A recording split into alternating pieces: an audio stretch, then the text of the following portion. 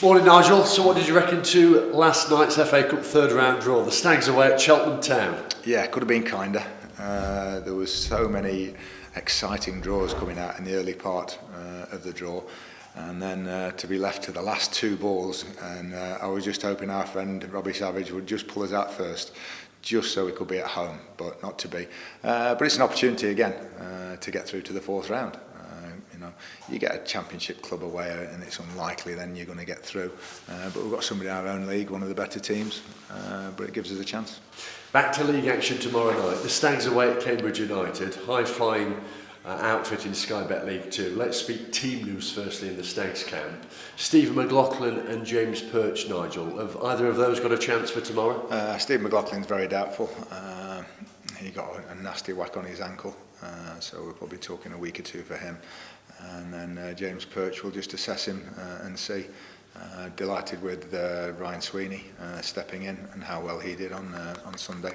So we won't risk James. I think with so many games coming up over the Christmas period, when you have a hamstring injury, if it goes again, then he will definitely be ruled out for the Christmas period. So we'll make sure he's right before we put him back in. Everyone else okay fitness-wise? Yeah.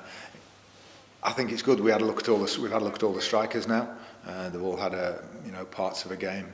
Cookie started on Sunday. We know Jordan Bowery and what Nicky can do. We've seen them in the majority of the games.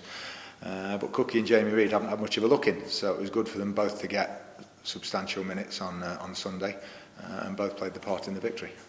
You've only been in the post a few weeks, but is this one of your biggest challenges tomorrow night? Because you face a Cambridge United side, as we say, third in Sky Bet League 2. They've not played for a week. Mansfield played only a couple of days ago. 2 hours of football.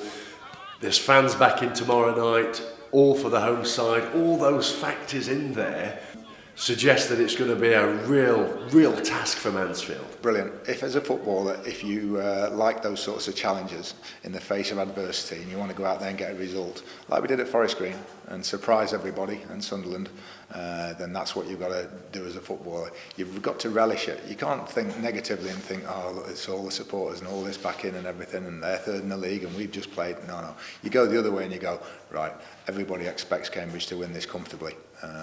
Let's go out and let's have a go at them and see if we can surprise a few. A couple of thousand supporters in there tomorrow night at the Abbey Stadium, home supporters.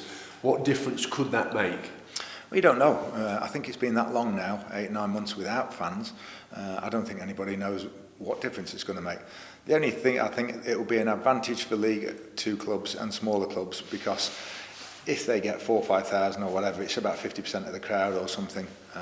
It's at the Premier League level, I think, where 60,000, 70,000 all-seater stadium with 2,000 in, I don't think that's going to make much difference. But I think at lower league level, it will. What difference does having fans back, albeit a lower proportion, have as a manager? I think it's a sort of a return. It's on the way, hopefully, to a return to normality in terms of playing football, where we play in front of a crowd every week. It's a passionate crowd wherever you are, and it means something. And it doesn't matter whether there's 2,000 or 3,000 there or 20,000, 30,000. It means something to those people, and it's such a vital part of the game to have that passion from supporters. It makes the game, you know when you score in the 120th minute the other night on Sunday and everybody's thrilled and everything, but there's nobody there to enjoy it with. Imagine the lads going to the corner with all the home fans in the corner there. It's a completely different experience.